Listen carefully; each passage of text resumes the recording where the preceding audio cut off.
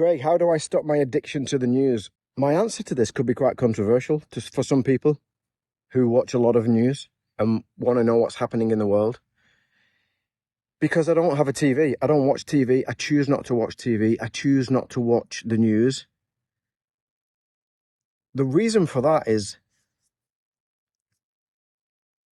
whilst the external world and what is happening in the external world is important, for me personally in my life, my internal world is far more important.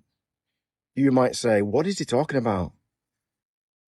So if you've never had any kind of contemplative practice, if you never give yourself chance to stop and feel what's going on the inside and rewind and zoom out and come away from the senses and come away from your usual interaction with life and feel what is happening on the inside and feel the vast stillness. Some people call it the void. Some people call it the quantum field. Some people call it love. Some people call it expansion. Whatever. If you've never had an experience of that and you don't have a default for the unseen reality of life, then you'll think what I'm talking about is bonkers. So over probably the last 20 years, I've kind of dabbled in and out of deep meditative practice.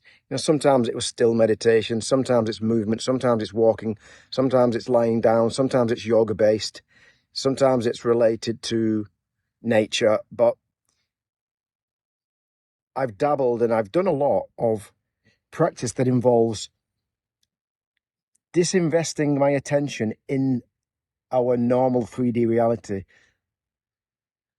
and coming back into a space that feels very familiar yet unfamiliar. It's a space of expansion. It sometimes feels like a space of nothing, no thing, nobody, nowhere, no time. And in my journey inwards, I've had a number of peak experiences. There's been times when I've stopped breathing and there's just been bliss. There's other times when I've lost consciousness and then I've come back. There's other times when it feels like somebody's ripped my heart open and my heart's popped out in meditation. There's times when I've just started crying compassionately with gratitude for no reason.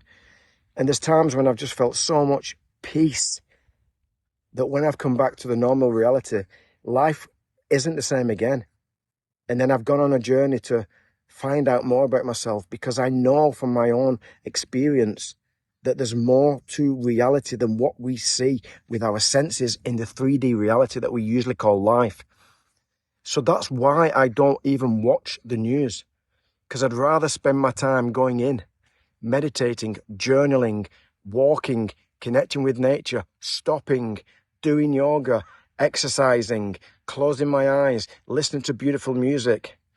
Because what I realize and what has changed in me over the years is my default emotions used to be anger, sadness, fear, hurt, guilt, and shame. And those are the emotions that keep us stuck. They are survival emotions. They are also the default emotions of stress. We could say they are also emotions of the animal within us, not the spirit.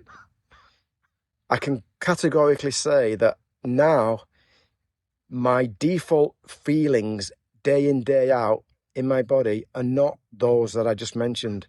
They are gratitude, acceptance, courage, confidence, playfulness, joy, awe, mystery, magic, wonderment. Sometimes I have to scratch myself that I live within this world and I'm connected to the spirit that comes through me and expresses in this world. So that's why I don't watch the news. And that's why I believe it's dangerous to watch too much news. You're giving your power away.